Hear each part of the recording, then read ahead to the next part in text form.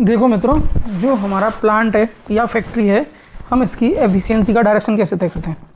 यानी कि जो भी हम अपने फैक्ट्री को चला रहे हैं तो भैया ये हमारी एफिशिएंट है कि हमारा जितना लगाया हुआ पैसा है वो निकाल पाएगी, या फिर ये भैया एफिशिएंसी नहीं है, यानी जितना उसमें लगा रहे हैं पैसा उतना पैसा उसमें कंजप्ट हो रहा है और उसका तो खर्चा ही इतना ज़्यादा है कि यानी हमारे एक्सपेंडिचर इतने ज़्यादा है कि हम जितना कमा रहे हैं वो तो सारा का सारा उसमें लग जाता है, उल्टा हमें लोन लेना पड़ रहा है, या हमें हमारी जो खुद की प्रॉपर्टीज़ हैं उनको गिरवी रख के हम अपने सिस्टम को चला पा रहे हैं।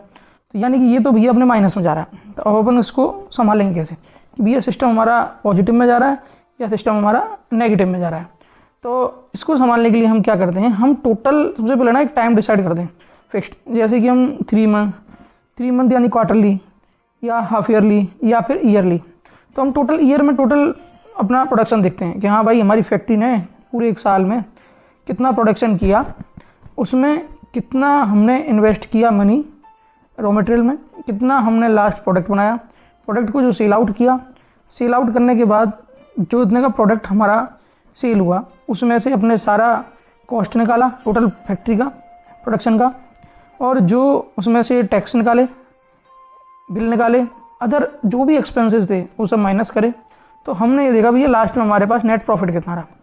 तो हमारा जो ये नेट प्रॉफिट है, ये नेट प्रॉफिट अगर हम इंडिया का कंपेयर चाइना से करते हैं या इंडिया का कंपेयर अमेरिका से करते हैं तो क्या डिफरेंस आता है इन 3 अलग अलग जगह पे। देखो सबसे पहले हमारा क्या होता है कि रिलायबिलिटी।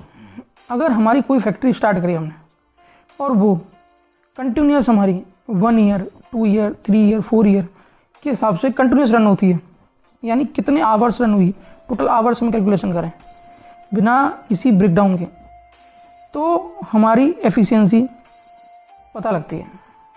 अगर हमारी इंडस्ट्री फैक्ट्री अगर 1 ईयर कंटिन्यूस बिना किसी ब्रेकडाउन के चलती है तो हमारे 2 तरह के कॉस्ट कम होते हैं भाई। मेंटेनेंस कॉस्ट भी नहीं आया 1 साल तक पूरा, और प्रोडक्शन का भी कॉस्ट आता रहा, प्रॉफिट आता रहा। उसके अलावा हमारी कंटिन्यूस जो मेन मशीन मेथड जितने भी हमारे रिसोर्सेज थे उनका ऑप्टिमाइज एंड मैक्सिमम यूज़ कर पाए। और इसी का उल्टा अगर मान लो हमारी इंडस्ट्री 1 साल में 2 बार 3 बार ब्रेकडाउन होती है तो हमारा मेंटेनेंस का भी कॉस्ट आया, हमारे ब्रेकडाउन का भी कॉस्ट आया, प्रोडक्शन का भी लॉस्ट हुआ, कहीं ना कहीं एफिशिएंसी भी हमारी डाउन रही। तो ये जो एफिशिएंसी है इसके आधार पर ही हमारी सक्सेस डिपेंड करती है कि भैया हमारी एफिशिएंसी कितनी है। तो इस एफिशिएंसी को बढ़ाने के लिए बहुत सारे स्टेक होल्डर्स होते हैं जिनका अहम योगदान रहता है इन एफिशिएंसीज़ को बनाने में। ये नहीं है, आपको पता है जब ये 24 आवर रन करती हैं तो बहुत सारी मैन पावर, यानी कि आपकी इतनी स्किल मैन पावर है कि उनकी वजह से आपका सिस्टम कंटिन्यूस रनिंग है। क्योंकि जैसी प्रॉब्लम क्रिएट हुई उन लोगों ने सॉल्यूशन ढूंढा, तुरंत मेंटेनेंस कराई, दूसरा प्री एजम्प्ट किया प्रॉब्लम को कि हाँ भाई ये आ सकती है, उसका पहले ही मेंटेनेंस करा लिया एडवांस में, जो स्टैंड बाई थे उनको लाइन में ले लिया और मेन सिस्टम को कंटिन्यूस रन कराते रहे। ओवरऑल मिला के हम हमारी प्रोसेस को कंटिन्यूस चला पाए। तो ये जो एक सिंपल तरीका है, जैसे कि एग्जांपल है कि भैया ये फेमस भी था कि अकबर का घोड़ा दौड़ता ही दौड़ता है। उसका क्या मतलब था कि जैसे अकबर का एक युद्ध हुआ, उस युद्ध में अकबर बिल्कुल अनएक्सपेक्टेड और जीत गया। वो कैसे जीता अनएक्सपेक्टेड, बिंजू लिया उसने कि भाई अकबर का जो सामने वाला कंपटीटर था उसने सोचा यार अकबर तो बहुत दूर है, अब तक तो कहाँ पहुँच पाएगा, हम अटैक कर लेते हैं इजीली।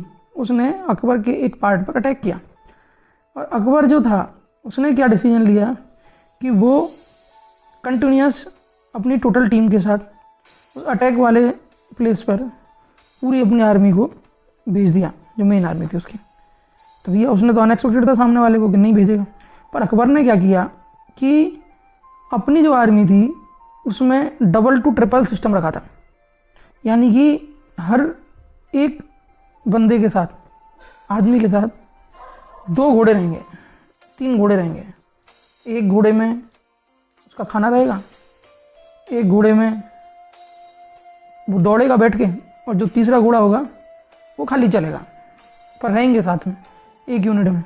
उससे क्या इम्पैक्ट पड़ा कि भाई आदमी तो एक ही था, खाना भी तीसरे घोड़े पे था, वेट तीनों में इक्वल डिस्ट्रीब्यूट हुआ, और जो दूसरे नंबर का जो घोड़ा था, जैसे ही पहला घोड़ा थक रहा था तो वो तो आदमी दूसरे घोड़े पे बैठता, जैसे ही दूसरा घोड़ा थक रहा था आदमी पहले घोड़े पे बैठता। और खाने का जो सामान था, युद्ध का जो सामान था, लड़ाई वाला जो था वॉर का, वो तीसरे घोड़े पे था। तीनों में इक्वल वेट डिस्ट्रीब्यूशन के आधार पर एक कंटिन्यूस रनिंग प्रोसेस हुई। उस कंटिन्यूस रनिंग प्रोसेस के आधार पर वो जो टाइम था, वर्किंग टाइम, वो उसने बिल्कुल वो फिक्स कर लिया जितने में सामने वाले को अनएक्सपेक्टेड था कि भाई अकबर की आर्मी पहुंच जाएगी।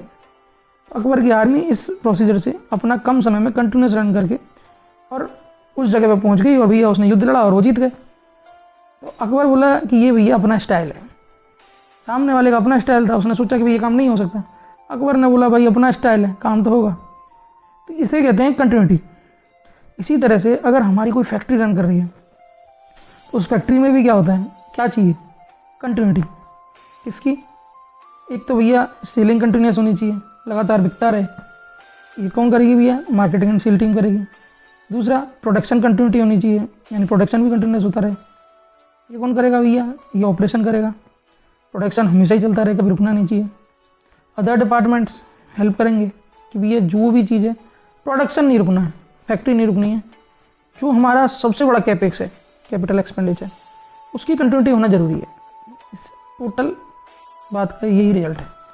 तो हमें क्या करना है, एक फिक्स पीरियड के लिए, जैसे मान लो 1 ईयर है, तो 1 ईयर में कंटिन्यूस रनिंग रहे हमारी फैक्ट्री, उसकी एफिशिएंसी निकालनी है। एफिशिएंसी क्या होगी, 365 डेज, 364 डेज कंटिन्यूस आवर्स में, विदाउट ब्रेकडाउन। बाई कैसे, स्टैंड बाई सिस्टम, यानी जो भी क्रिटिकल मशीनरीज हैं उनकी हमारे पास स्टैंड बाई मशीनरी होनी चाहिए। अगर एक में प्रॉब्लम आए तो दूसरी को लाइन में लो, दूसरी को स्टैंड बाई करो, बट हमारी टोटल प्रोसेस इफेक्टेड नहीं होनी चाहिए। यही हमारी कंटिन्यूस फैक्ट्री में अनलिमिटेड प्रोडक्शन का सबसे पहला राज है। Okay, thank you.